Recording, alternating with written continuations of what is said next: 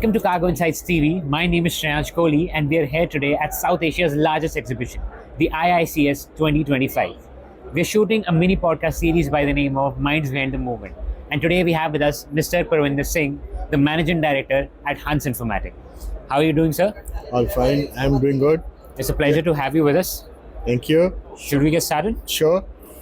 Sir, I would like to know that there are some tech players in this industry, but Yeah. there are few who are prominent, and Hans is one of them. So how Okay. did you get into logistics industry, especially with the tech angle, given that back then logistics was not even that popular? Yeah. So we happen to come in logistics. I'm basically from a software background.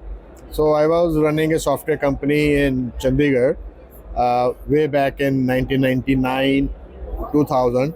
So one of our friends, he was having a forwarding company. He came to us. He says, there is hardly any tech companies in this thing. Can you make a customized software or a generic software for the logistics? We'll give you the business logic and inputs. Okay. So that's how we started. Okay, we said, okay, we'll make it for you. We started on that. So once the product was ready, the initial product was ready, it came to, because since they were Delhi based, so we sent our team to Delhi to implement it and all that. So while we were here, we implemented. So they found it to be too good, and they said, why don't you shift your base if you want to sell to others? Why don't you shift your base to Delhi only? So in year 2001, we shifted to Delhi, and from a one customer level to now we have more than 2,000 customers. So that was a journey for last 20 to 23 years for us. Wow, that's a very amazing story. Yeah. Talks a lot about seizing the right opportunity at the right time. Yeah, exactly. At that time, it was a niche market. There was hardly one or two companies in that, and their product was also pretty primitive kind of thing, we would say. So we, being over there, and our team members being young, so we came out with better products, better technology, because we had worked in before that I was working with the tech companies who were based in US. So we came with a better technology and with a better features. So that gave us the foothold in the industry. So people came to us because we knew the technology, and the understanding was there because the freight forwarder was telling us the business logic. So that helps a lot. Without a business logic, you really can't create out of a thin air. We don't know about how the freight forwarding industry works. We would have not done it. So our first product was for freight forwarding. Then we came to know about EDI, and customs was also getting more and more tech savvy. So it was a journey in a hand to hand. Without customs, things would have not been done. Earlier, when we brought the new technology to custom clearance and all that, so forwarder would say, no, we can't give internet. It was dependent on internet. At that time, it was a dial-up internet. It was Really? not a broadband internet. So every time you have to send something, so a modem will do, make noises to connect on your telephone line, and that was the way. And they said, we can't give internet to our staff.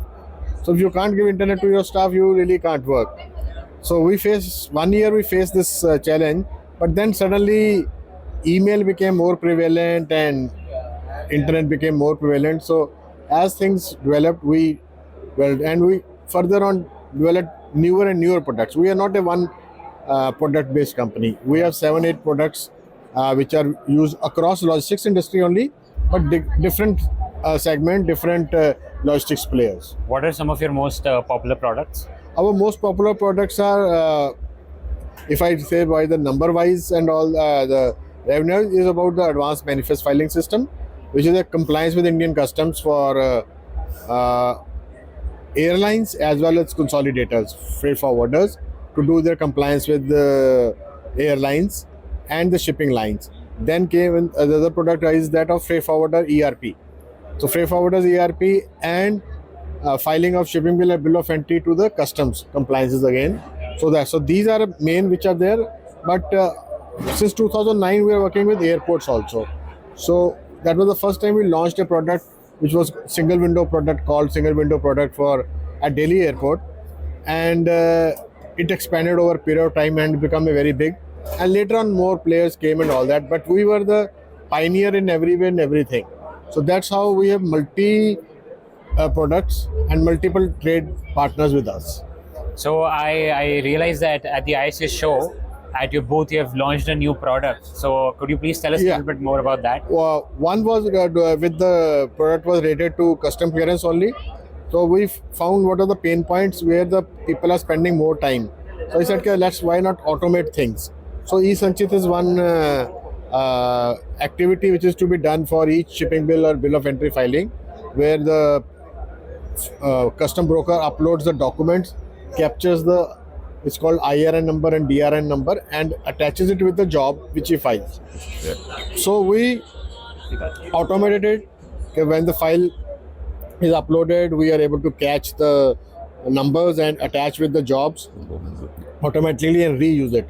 So we realized that if a user is taking 30-40 minutes in doing this activity, by using our activity, less than 5 minutes, he could spend and saving about 20-30 minutes, which is quite a lot for that. So there he can do more and things like that. We did OCR, and then we launched e-airway bill, a newer version of that, in the sense we were the first one in India. We launched e-airway bill in 2004, but at that time trade was not ready for it.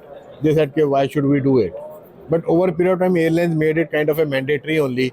They did a carrot and stick policy. If you don't do it, we'll charge you X amount. If you do it, we'll give you X minus Y amount. So people, to save every penny, every rupee, they started doing e-airway bill. It was a forced way of doing, but there were still problems of last minute changes when they are doing handover to the airlines in odd hours. So at odd hours, he has to call back his office. Okay, there has been a weight change or there's an address correction and all that. So he needs to send e-airway bill again. If you get a call at 2 in the night, why would you won't happen that, and he will miss that e-airway bill bus, because then he will get charged for it. So we have made an app where he can make the changes, small changes there only, and he files the e-airway bill from there, and the information is updated into their main system also. So these kind of small things we have done, facilitating the freight forwarders and freight forwarders customers. Self-help for freight forwarders customer. He doesn't need to call the customer for status, for uploading, downloading of documents, for his invoices, airway bill copies and all that. He can do it all there. So it's all on an app-based kind of a thing. Okay. Yeah. With the rise of digitization and AI, how is Hans adapting and adopting AI? Yeah, well, see, our AI products was one was the OCR. We can now read data using AI direct from the scanned copies of invoices or airway bills or BLs and input into our system, and at the back end even linked right up to quite an advanced stage. We have automated data entry mundane jobs. Data entry operators do the mundane job, doing same thing again and again.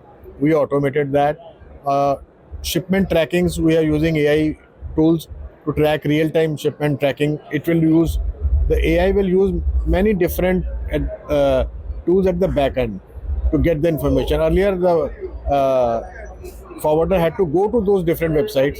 So AI will go back end and get the information and give it that, and now we read the data from invoices even to book your purchases. So your vendor invoices, the shipping line invoices, it reads it and creates the purchase vouchers. Otherwise, the person will sit and do all the entry of that data. So these smaller things we are immediately doing.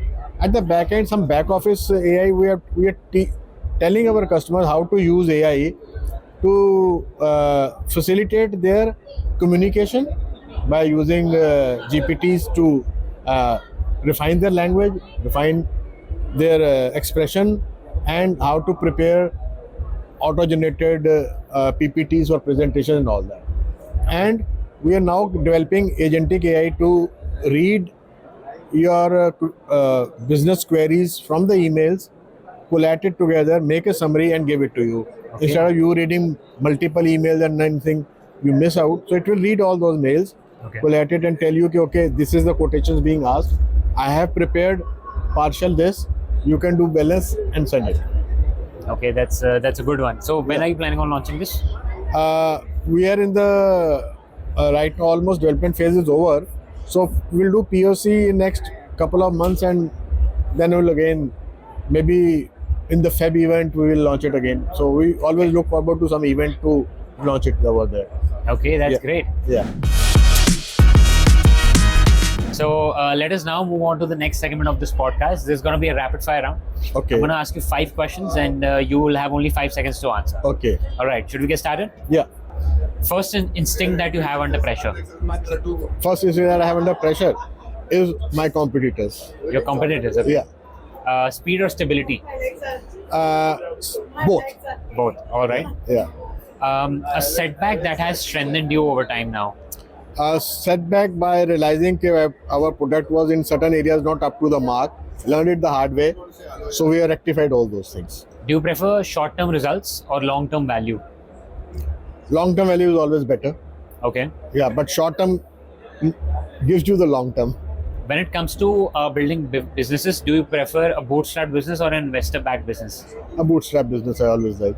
All right. Thank you so much for your time, sir. Thank you. Any message you have for the audience? For audience, I would say always don't. You are asking for AI to be used in thing. AI is not cheap. What you are using, Chat GPTs and all that, is the free versions. But the moment you try to get more intelligence out of that, you have to pay for it.